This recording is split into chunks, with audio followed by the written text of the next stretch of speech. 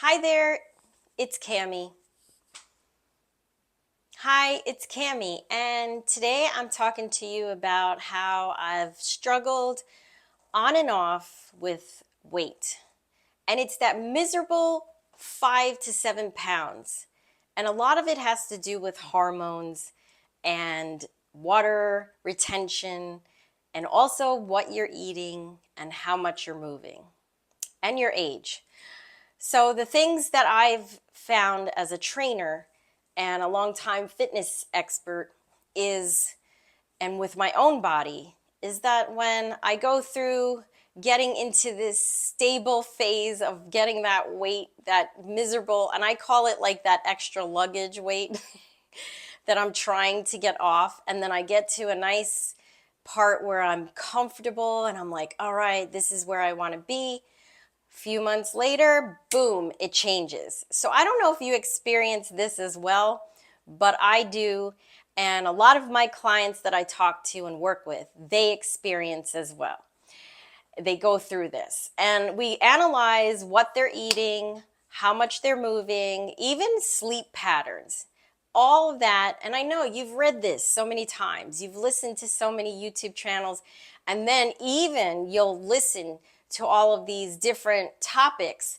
And then later on, they start selling supplements or something to help aid with that.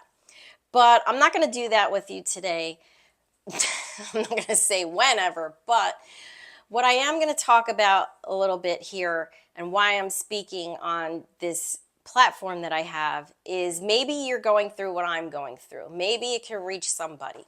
But what I noticed that helps me, and I've tried this week. So each week I'm going to try my hardest. My life has changed so much. And it's not just that what you're eating and how you're exercising changes, it's also life circumstances. So there could be one period in your life where you're working and things are in a groove and you got this, eating plan and this workout schedule set up. And then boom, something changes in your life or your work plan. Okay, so for me, not to get totally into it, but my family life has changed a lot lately. And now I have become somewhat of caring for others. I'm not going to get too far into it, but it does cause some stress. Try to be calm through it. But again, you've heard this before, then we tap into cortisol. So now I've got all this stuff going on with aging, trying to be fit, trying to eat right, hormones, and then stress, and then cortisol. So, something that I started to analyze because I started tracking what I eat. And if you're not tracking, try that if you're having trouble, like myself, losing that extra weight that you want to get off. So, tracking is the number one that I always tell my clients. Start writing down, or if you're tech savvy, use your phone and you can download an app. My favorite app is MyFitnessPal. I've used it for over 15 years with my clients. Even after they've updated it and made it more easy, accessible, and easier to use, it still is. I've encountered other apps and tried them out, but I always come back to MyFitnessPal. Maybe Noom works for you. I can name many others. There's the new AI calculator.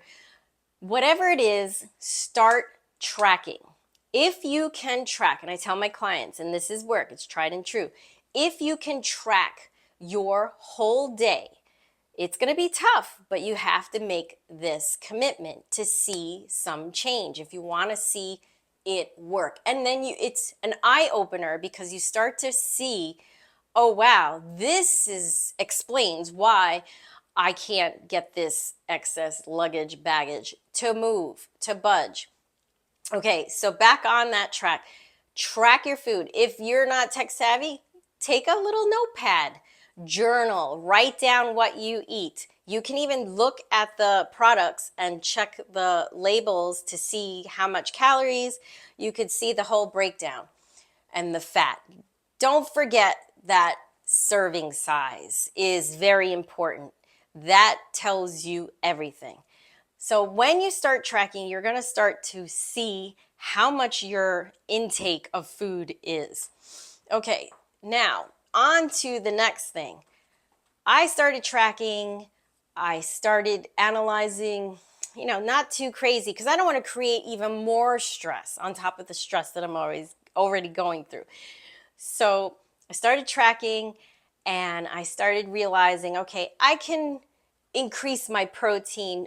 And don't get caught up on that hype of the protein either, because too much is not good either. I want it to be balanced, that I'm getting enough protein for my weight. And it's usually 0.8 grams per pound that you weigh. Now, and that can range also of how athletic or how much you work out and how much you move throughout your day and week. Okay, so I'm tracking everything that I eat, drinking enough water, and then I start to see there's something that is playing the culprit. For many years, I've enjoyed my morning coffee, and I'm guilty of adding my favorite coffee creamer. I've even narrowed it down to the healthiest creamers, but they do contain sugar. I've even changed my healthy coffee creamer to just a almond milk. But something in it, there's still some sort of sugar. So what I found is that now I'm going to try something different. And I started drinking black coffee because I'm not going to give up my coffee. And I started drinking black coffee without all the creamers, without all the added yumminess. Yes, I know. I would dream about having this. So as I noticed that I started doing this, the moment that I had a cup of tea later at night and I put a little bit of honey, a drop of honey, it was so sweet compared to how I had been going on about my day with my regular coffee creamer and my regular honey in my tea at night. That's when a light bulb went off. I said, okay, this is what's causing the water retention. This is what's causing my cortisol. It's like partnering. They're doing a dance together. My stress and that added sugar that I was having with my coffee. And then it led to more sugar cravings throughout the day. So I've been tracking and I'm going on this is about the fourth day. And I've noticed, trust me, it is very hard because I feel like, why should I give up? Why should I give up something that I love and makes me happy? Well, in the long run, I noticed that these past 4 days, I'm able to zip my pants better. I also noticed that after tracking how much food that I was eating, and I'm saying, this weight is not budging. This little, I would go up and down with half a pound. Now I noticed that the 4 days, I'm not weighing myself. I'm gauging how my clothes feel, how I feel.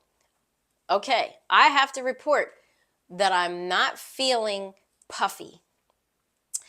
My sleep is still a little bit off, but I also noticed that it got a little bit better. I noticed that the sugar, the less that I'm having. And to me, I was like, well, I'm not eating candy, but it's the hidden sugars. Yeah, I like a little sweetness. So for day 4, black coffee in the morning, I noticed I feel a little lighter. My pants are zippering better. This whole region is something that gets puffy. It's the first thing to get puffy on me. And then it leads to here and it leads to here. I'm a woman. I'm not going to deny this. I'm hormonal. This is what happens. But this is why I'm here to talk about it with you. So if you're struggling with those last few pounds, maybe it's more. I mean, I told you, I've worked with so many clients in the past and now. Think about tracking. Think about cutting back on those little bit of added sugars. Read the ingredients and put on those glasses so you can see how many grams of sugar is in it. Another thing is you may not want to resort to those artificial sweeteners. So one of the things that I found, once I cut that extra sweetener in my coffee and started drinking, because this 1 cup of coffee was my biggest thing for the day. It was something like I told you, it's something I look forward to. It is something I would dream about going to bed the night before. But what I found is that once after day 2, day 3, and now on to day 4, even on day 3, I noticed that I'm not craving that sugar as I did before. Now again, I got to try and be consistent with this. I'm only human. We fall off and we get back on. But this is day 4. And if you happen to be going through something like this, let me know. Drop it in the comments and we can work on it together. Follow for my exercises. And like I said, track. Try to eliminate those little extra sugars and try to move a little more. Make sure you're getting your good water intake. Look at how much protein. Watch your servings. That's a big thing. And another thing is, yes, they were big on getting 10,000 steps a day. Now they dropped it to about 7,000. Okay, that's a whole nother topic we'll talk about. But just get yourself moving so that you can be accountable and know calories in versus calories burn. All right, that's all I have today. I'll let you know how it's going next week. And if I'm still doing good with that, without that coffee creamer, and I have tried stevia, but again, I don't want to rely on that sweet taste so much. All right, it's great talking to you today. I'll talk to you another time and stay well, be safe. Bye.